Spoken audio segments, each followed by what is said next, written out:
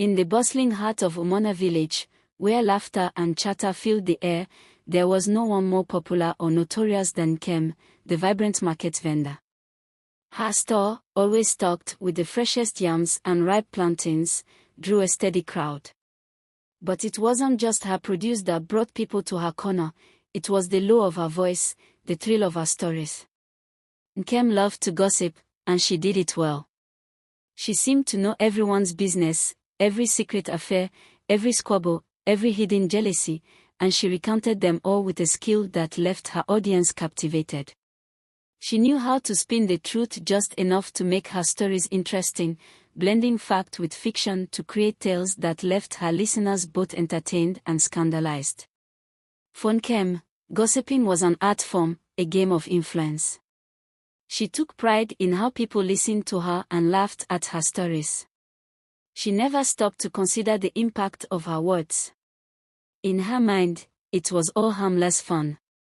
As she boasted to her friend Amoka one day, if people don't want their secrets known, they should live simpler lives. Amoka, uneasy but loyal, nodded along, her laughter more nervous than genuine. Nkem took little notice. She was too consumed by the attention her words brought her, the power that came with knowing and revealing. One evening, emboldened by her usual crowd's laughter, Nkem recounted a tale about a highly respected elder in the village, Elder Okeke, known for his wisdom and closeness to the spirits. Nkem had heard whispers about his private life and, true to form, had spun them into a tale of scandal, claiming the elder had secretly broken a sacred village oath. The crowd gasped, some chuckling nervously, while others cast worried glances. It was one thing to gossip about everyday folk, but an elder, especially one known to be protected by the spirits, was another matter entirely. Still, Nkem only laughed louder, thrilled by the shock and unease in her listeners' eyes. She never once thought that her words might invite consequences. That night, as Nkem lay in her bed, an odd sensation began to creep over her. Her mouth tingled, then throbbed, as if swollen from within. She tried to ignore it, thinking it was perhaps a reaction to something she'd eaten. But as she drifted off, strange dreams filled her mind.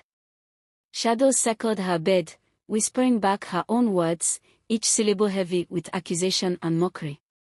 She saw herself as her listeners saw her, gleeful, careless, her mouth stretching wide to hold all the secrets and lies she had spread. In the dream, her mouth grew and grew, a cavern swallowing all reason and compassion. She awoke with a start, the whisper still echoing in her mind, though the room was empty. Morning brought no relief. The tingling had become an ache, and when she stumbled to her mirror, she gasped in horror. Her mouth was swollen, visibly larger than before, her lips stretching unnaturally. Panic surged through her, and she tried to push the thought away, rationalizing it as a strange coincidence. But deep inside, she felt a flicker of dread. Something was wrong, terribly wrong. Desperate for answers, Nkem sought out a local healer, an old man named Ekemba. She tried to keep her voice steady as she explained her strange affliction, but her swollen mouth made each word feel uncomfortable, unnatural. Ekemba listened quietly, his expression growing serious. Finally, he shook his head and sighed. "Nkem, you have angered the spirit," he said in a low, grave tone. "Your words have carried harm. This is not a sickness I can heal. Your mouth grows because it carries more than it should." Her stomach twisted in denial. But it was just words. Just stories, she insisted. "I didn't mean harm. I was only entertaining the village." The healer's gaze remained unwavering. "Words are not mere whispers in the wind, Nkem. They carry power, more than you understand. You spoke falsely of a revered elder. The spirits do not take such insults lightly." Shaken but unwilling to accept responsibility, Nkem left the healer's hut, muttering to herself that it was all nonsense. Still, her mouth throbbed, as if reminding her of the truth she was so determined to ignore. Over the next few days, the swelling only worsened, each new rumor or embellished tale bringing fresh discomfort. The villagers began to notice her strange appearance, and whispers circulated. Nkem, the great storyteller, was becoming a story herself. Unable to bear the shame and discomfort any longer, Nkem sought counsel from the village elders. They listened with grim faces as she recounted her affliction. When she had finished, one of the oldest elders, Niora, spoke. Nkem, you have been given a rare gift. Not many are chosen to be storytellers, to carry the words and lives of the village. But you have misused that gift. Only honesty and silence can undo this curse. Silence. Nkem's voice broke in disbelief. Silence was her enemy. Silence meant no attention, no laughter, no admiration. Niora nodded firmly. With every lie, with every needless word, your mouth will continue to grow. This is the Spirit's way of teaching you restraint. You must learn it, or bear this burden forever. Nkem left the elders, feeling the weight of their words but still unwilling to believe her fate was her own doing. She was certain there must be another way. But each day, the temptation to gossip proved too strong. She tried to keep quiet, but every time she heard a new story or spotted something interesting in the market, the urge overwhelmed her. She would whisper a comment here or there, but each time she let a rumor slip, the ache in her mouth intensified, her lips stretching even further. Soon, she was unable to hide her disfigurement. People stared openly, their eyes filled with a mixture of fear and fascination. Her friends, once eager to be around her, now avoided her store, unwilling to risk becoming subjects of her tales. The isolation weighed on her, and she began to realize just how much she had relied on others' attention to feel valued. Without it, she felt small, insignificant. For the first time, she began to understand the emptiness her gossip had tried to fill. Eventually, desperation drove her to heed the elders' words. One morning, she forced herself to remain silent. She watched the bustling market without speaking, observing the lives she had once so easily torn apart with her stories. As she watched, she began to see the village with new eyes. There was beauty in the quiet, in simply listening and understanding without the need to judge or embellish. She felt her spirit quieting, and with it, a faint loosening in her mouth. The next day, she decided to go further, seeking out those she had hurt. She began with a young woman she had mocked, whose courtship had been ruined by Nkem's careless words. The apology was awkward, her swollen lips stumbling over the words, but it was sincere.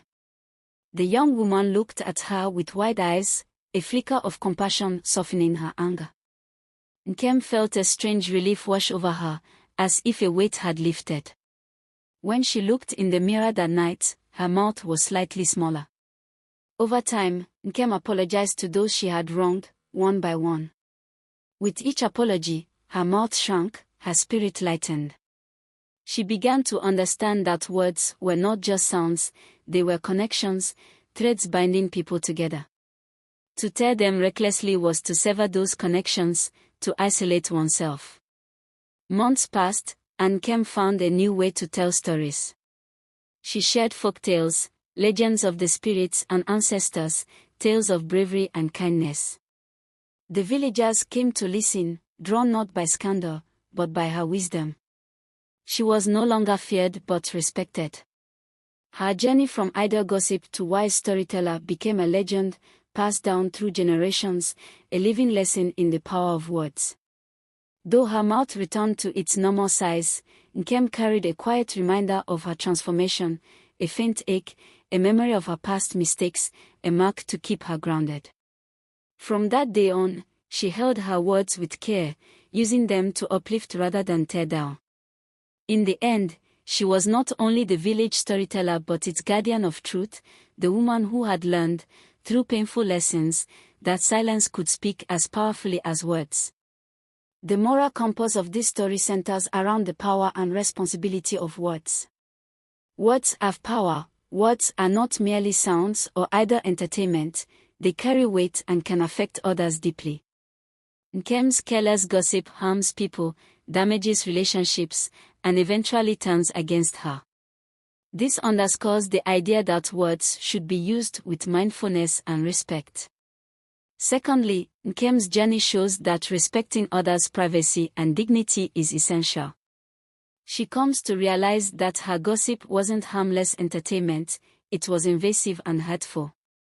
Her story reflects the importance of valuing people's stories without exploiting them for personal gain or amusement. Thirdly, by experiencing isolation and forced silence, Nkem learns to listen and observe without judgment. This change allows her to find deeper connections with others and to share stories that uplift rather than divide. Silence, she discovers, can bring understanding and wisdom. Fourthly, the story demonstrates that it's possible to grow and redeem oneself after making mistakes. Nkem's journey from gossip to wise storyteller serves as a powerful reminder that people can change, learning from their errors and becoming better versions of themselves. Ultimately, the moral compass is a reminder to use one's voice responsibly, understanding that words can either hurt or heal, divide or connect, depending on how they are wielded.